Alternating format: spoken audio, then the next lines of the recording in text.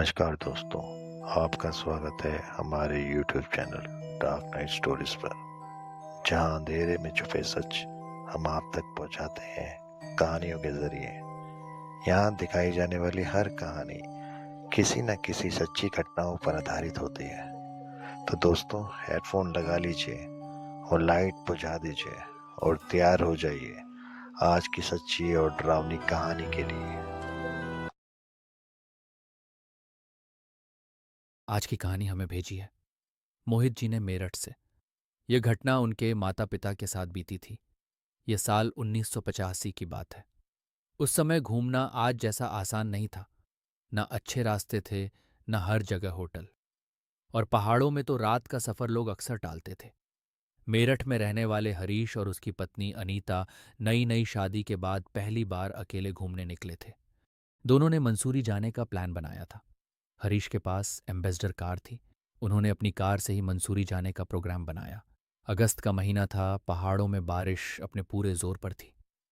सुबह से ही लगातार बारिश हो रही थी जब हरीश और अनीता अपनी एम्बेसडर कार से मेरठ से मसूरी के लिए निकले थे। आसमान पर काले बादल छाए हुए थे और सड़क पर पानी की पतली परत चमक रही थी। हरीश गाड़ी बहुत धीरे धीरे और पूरी सावधानी से चला रहा था, क्योंकि उसे पहाड़ी रास्तों का अनुभव कम था और मौसम भी बिल्कुल साथ नहीं दे रहा था। अनीता बीच बीच में उसे समझाती रहती, स्पीड कम रखना, आज बारिश कुछ ज्यादा ही है। और हरीश हर बार हामी भरते हुए स्टीयरिंग पर अपनी पकड़ और मजबूत कर लेता। दोनों रास्ते भर हल्की फुल्की बातें करते रहे। कभी बचपन की यादें, कभी इस सफर को लेकर उत्साह, तो कभी मौसम की चर्चा। जैसे जैसे दिन ढलता गया, बारिश और तेज होती चली गई और हवा में ठंडक बढ़ने लगी। शाम होते होते लगभग 7 बजे वे देहरादून पहुंच गए।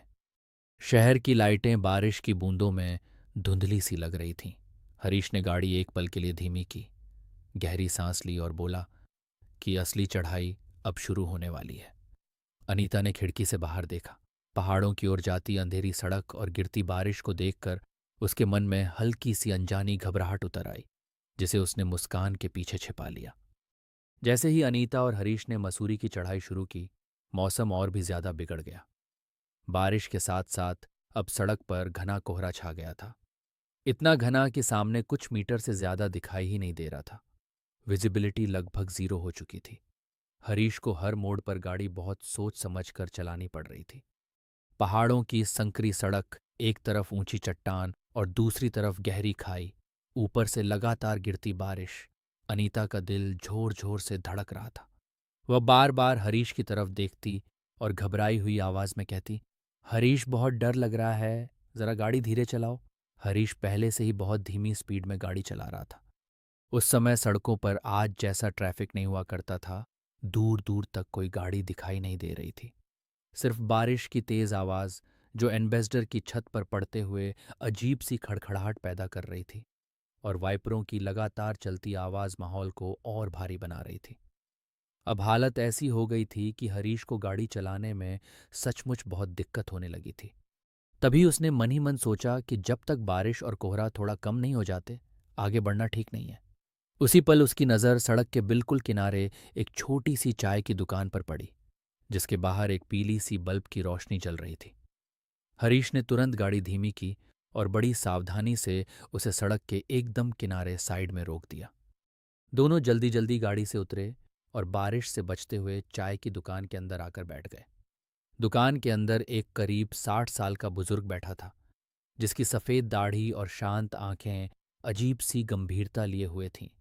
हरीश ने राहत की सांस लेते हुए कहा, अरे बाबा, दो बढ़िया सी गर्म चाय बना दो। चाय की दुकान के भीतर हरीश और अनीता लकड़ी की बेंच पर बैठ गए थे। बाहर लगातार हो रही बारिश टिन की छत पर तेज आवाज कर रही थी। चूल्हे पर रखी केतली से उठती भाप ने दुकान के अंदर हल्की सी गर्माहट भर दी थी। चाय वाले बाबा का नाम राम सिंह था, करीब 60 साल का दुबला पतला आदमी, जिसकी आंखों में पहाड़ों की रातों का पुराना अनुभव झलकता था। राम सिंह ने दोनों को ध्यान से देखा और बोला, अरे बेटा, इतनी रात में और ऐसी तूफानी बारिश में आप लोग कहाँ जा रहे हो? हरीश बोला, बाबा, हम मसूरी जा रहे हैं। हमें अंदाजा नहीं था कि मौसम इतना खराब हो जाएगा, नहीं तो हम देहरादून में ही रुक जाते। तब तक घड़ी में रात के ठीक 8 बज रहे थे।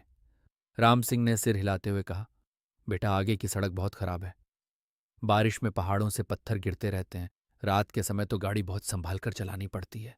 उसकी आवाज में हल्की चिंता थी। बाहर अंधेरा और कोहरा और गहरा होता जा रहा था। हरीश को शुरू से ही भूत प्रेत की कहानियों का बड़ा शौक था। माहौल थोड़ा हल्का करने के लिए उसने हंसते हुए कहा, अरे बाबा, आपके पास कोई भूत की कहानी है क्या? सुनाओगे तो थोड़ा टाइम पास हो जाएगा। हरीश की बात सुनकर राम सिंह चुप हो गया। उसने केतली से उठती भाप के बीच से दोनों को एक अजीब नजर से देखा, जैसे कुछ कहने से पहले सोच रहा हो। अनीता को यह सब बिल्कुल अच्छा नहीं लग रहा था। राम सिंह ने चूल्हे से उतारी हुई चाय को मिट्टी के कपों में उड़ेलकर हरीश और अनीता के हाथों में थमा दिया। फिर वह खुद भी धीरे से सामने रखी लकड़ी की चौकी पर बैठ गया। उसने लंबी सांस ली, जैसे बीते हुए किसी भारी वक्त को याद कर रहा हो, और फिर सीधी नजर हरीश की आंखों में डालकर बोला, बेटा, पहाड़ों में कहानियां नहीं होती। यहां जो कुछ होता है वो हकीकत होती है। उसकी आवाज में कोई बनावट नहीं थी, बस एक अजीब सी सच्चाई का बोझ था। राम सिंह ने आगे कहना शुरू किया कि जिस रास्ते से वे लोग आगे जाने वाले हैं, वहां सड़क के किनारे एक पुराना उजड़ा हुआ घर पड़ता है।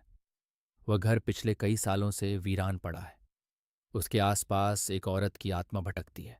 रात के अंधेरे में कई बार वहां से गुजरने वाली गाड़ियों को वह आत्मा दिखाई देती है, सफेद सी परछाई, हाथ हिलाती हुई, रुकने का इशारा करती हुई। कई मुसाफिरों ने डर के मारे गाड़ी रोक दी, उतर कर देखा, लेकिन वहां कुछ नहीं होता, सिर्फ कोहरा, सन्नाटा और ठंडी हवा। राम सिंह ने बताया कि एक दो बार लोगों का वहां एक्सीडेंट भी हो चुका है।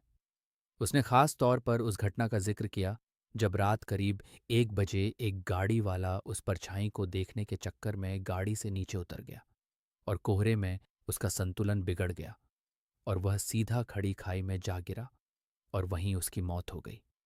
यह सब सुनकर हरीश हल्का सा हंस पड़ा और बोला, तो क्या वह आत्मा हमें भी दिख जाएगी?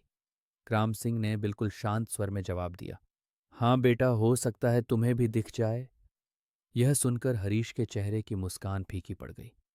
उसने थोड़ा गंभीर होकर पूछा, बाबा, वह आत्मा किसकी है और वह भटक क्यों रही है? इस पर बाबा बोला, बेटा, ज्यादा तो हमें उस आत्मा के बारे में कुछ पता नहीं, पर इतना ही पता है कि वह आत्मा उस वीरान घर से जुड़ी हुई है। कुछ देर बाद बारिश की रफ्तार धीमी पड़ने लगी थी और घना कोहरा भी अब काफी हद तक हट चुका था। सड़क सामने साफ दिखाई देने लगी थी, जैसे मौसम ने थोड़ी देर के लिए राहत दे दी हो। हरीश ने मुस्कुराते हुए कहा, चलो बाबा, अब बारिश भी कम हो गई है और कोहरा भी हट गया है, अब हम चलते हैं। हरीश ने चाय के पैसे दिए और बाबा का धन्यवाद किया और फिर दोनों गाड़ी के अंदर आकर बैठ गए। हरीश ने इंजन स्टार्ट किया और गाड़ी को धीरे धीरे मसूरी की तरफ बढ़ा दिया। जैसे ही वे आगे बढ़ने लगे, राम सिंह ने पीछे से आवाज दी, बेटा, गाड़ी आराम से चलाना और रास्ते में कहीं रुकना मत और घबराना भी मत। उसकी आवाज में चेतावनी कम और चिंता ज्यादा थी। हरीश ने हल्की सी मुस्कान के साथ शीशे से बाहर हाथ हिलाया, मानो बाबा की बात को हल्के में ले रहा हो।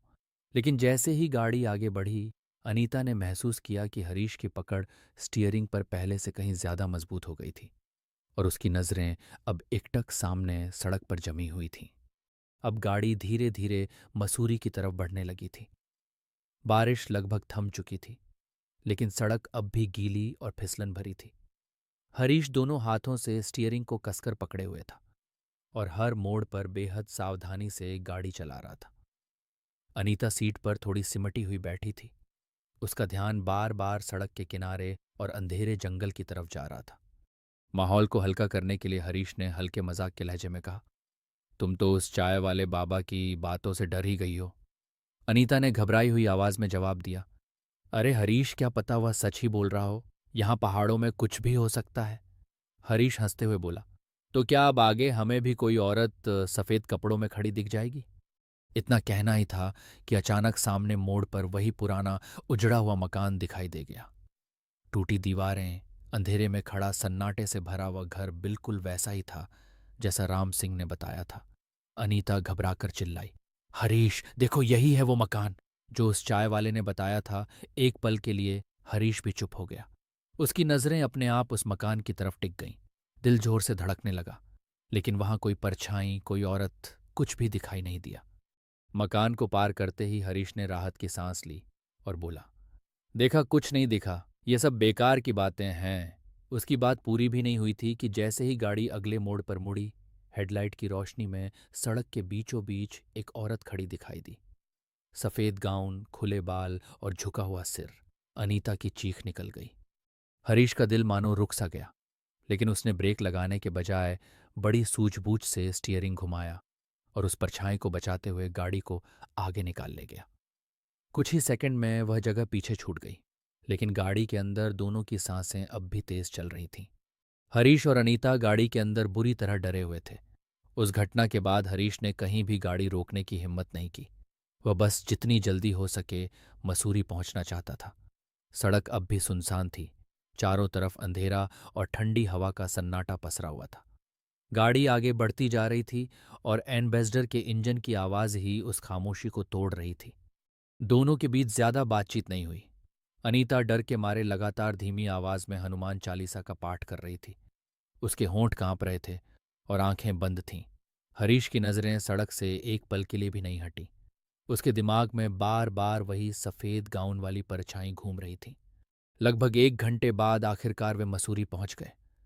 पहाड़ों पर बसी शहर की लाइटें उन्हें किसी राहत की तरह लगीं। हरीश ने माल रोड के पास ही एक होटल में गाड़ी रोकी और जल्दी से कमरा ले लिया।